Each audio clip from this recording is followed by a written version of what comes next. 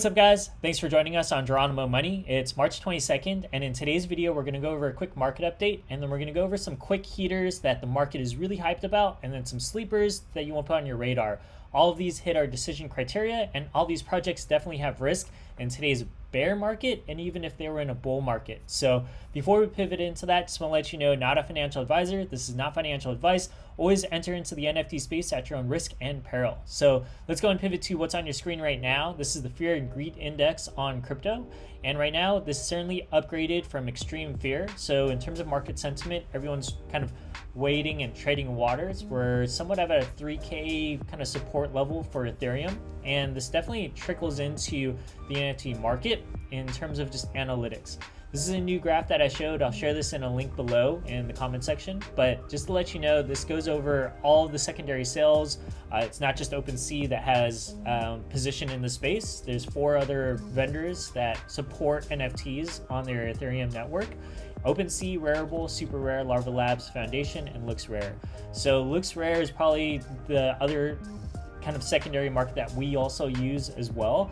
But you'll see that all these kind of platforms are definitely at their own support level, and they're somewhat pivoting and on this tightrope between bull and bear. My market sentiment is definitely bear still, as I'm positioning myself and only gravitating towards blue chips or reducing my exposure if I do a degen, which just means a gamble or a trade that is kind of based off of just market reaction or just kind of like a gambled bet. So the reason I share this with you is because on the bottom left, OpenSea is still hovering at that $50 million support level post the Bored Ape Yacht Club ape token launch. So the market's still kind of navigating themselves. So I just want to pivot to some projects that I know will do well in terms of A, meets all of our decision criteria in terms of investing, and then B, I'm going to go over some kind of projects that you want to put on your radar that may be sleepers, and if they're able to execute, will be really good trades, long-term or short-term. So as we go through this, the first collection is World of Women, and they're releasing their second collection.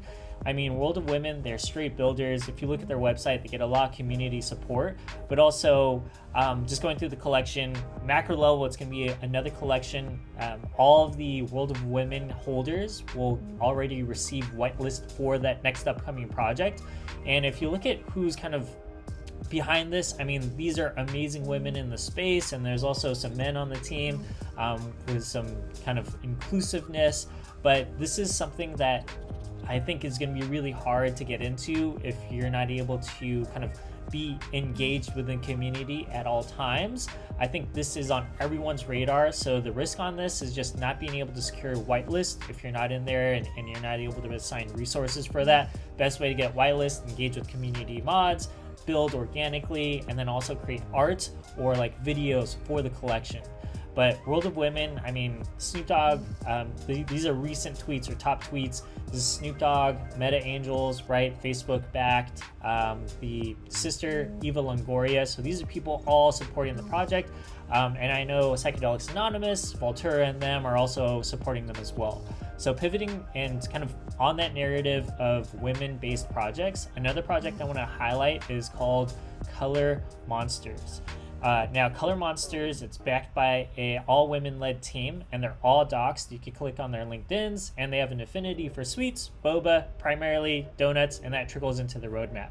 As we click on their roadmap, they have some aspirations, and let me take a step back. The collection is being 5,555, so it's not the 10K collection, so that's good for investors in terms of just making sure that the market, making sure that they're listening to the market.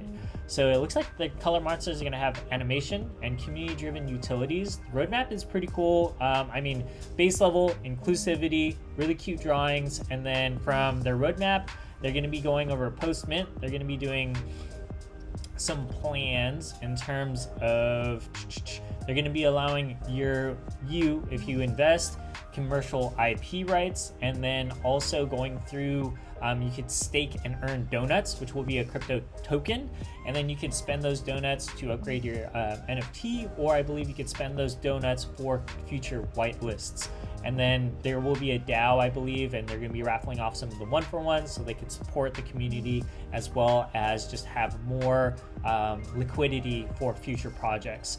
And then I think sidebar, and just confirming through here, yep, confirming, they will drop a second collection. So anyone who holds the first collection, Genesis, will be whitelisted for the next one. So that's TBA. And then the next project I wanted to cover is Karafur. So Karafur, they're dropping their second collection, and they did collab with Atmos and Hypebeast, two really great streetwear brands. Hypebeast, right, the central hub for what's going on for alpha, sneakers, or even streetwear. And then Atmos, great designer, specifically in the sneakerhead realm. And anything that he designs, specifically like SBs or anything, have a really good resale price.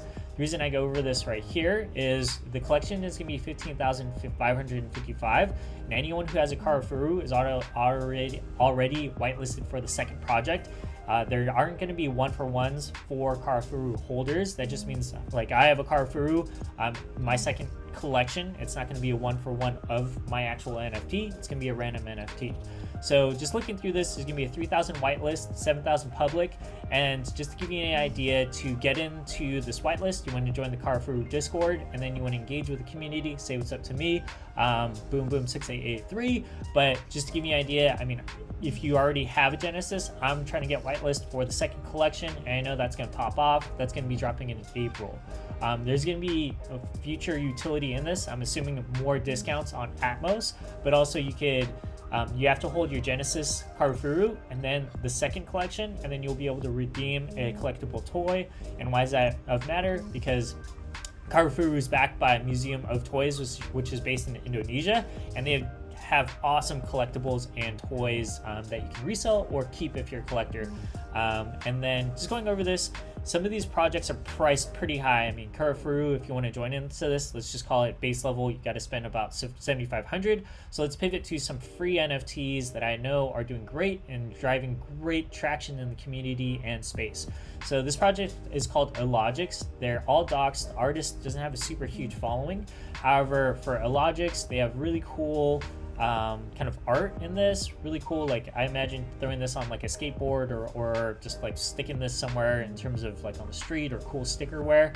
And then this is a preview of the actual art, and the utility behind Illogics here is you could earn goop. You'll stake your NFT. Staking just means that you'll put it into a new UI user interface, and then you can stake it. And then the goop ecosystem, you can exchange it for whitelists, or you can upgrade your goop and then some further potions and what have you. So the reason I share this with you is because Illogics is going to be a free mint. If you win whitelist, they pay for your gas.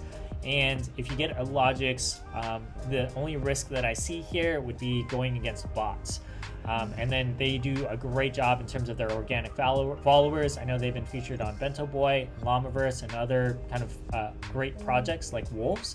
But just kind of and then before we hop off here, just want to let you know, this is another project that I want to put on your radar, Lonelypop. They have a great following. The Discord was just, their Twitter handle and community page was just released. And the people who back this, Ox Studio, they're also the team behind Three Landers. So really great team in terms of being doxed and utility. So just in recap here, so I'm gonna let you know, second collection, World of Women. Here, no risk here. The only risk is kind of how much bandwidth you have to get whitelist. And then you can see here, ColorMonsters, they're going to be dropping a second collection. You'll be able to earn donuts, which is their token. Whitelist and collabs for the future. And then for benefits, you could get IP and commercial rights. Only risk here is their legal. I'm not sure if they've gone through the legal kind of workflow to get their token approved. That could put any securities at risk by the SEC. And then post-mint execution, like how well their mint and launch will go, and it kind of goes with all these projects. And then post-mint after, like, I don't think I saw the founder that had a pedigree in terms of like running a P&L, and I may be wrong, but just this is through my own research. Karafur second collection, all Genesis holders get whitelist, 3K whitelist, and then 7K will be available for public. Atmos and Hypebeast are a part of this, and they're actually socializing this on their social medias. Risk here is market sentiment in terms of just Karafur. Karafur is kind of seen as the up-and-comer, solid project, but I know that the market wants to see them be a little more dynamic in terms of like AMAs and so forth. And then bots for any of the public, and then high entry price versus ROI, right? If you get space, pay $4,000 or even $2,000, does the toy make sense in terms of risk and reward? So just mitigating risk here. I think depending on your entry price, you will either be underexposed or overexposed. Illogics, Docs team, free mint, earn goop, spend on NFTs for the future, and then risk is bots, and then execution post mint. Lonely Planet, closed Discord right now. They're backed by 3 landers, so make sure you put this down in terms of notifications, follow their Twitter, and then try to get whitelisted as soon as possible if you're able to get in. But thanks for watching today's video. Hope you get some of these projects in terms of the future. These are all for March and April. I mean, I'm definitely gunning for these, as well as some of the other projects that we featured on videos in our YouTube. But just want to let you know, if you have any comments, feel free to drop them down below, and feel free to like, share, and subscribe if this was of any value to you. Hope you have a great day. Thanks. Bye.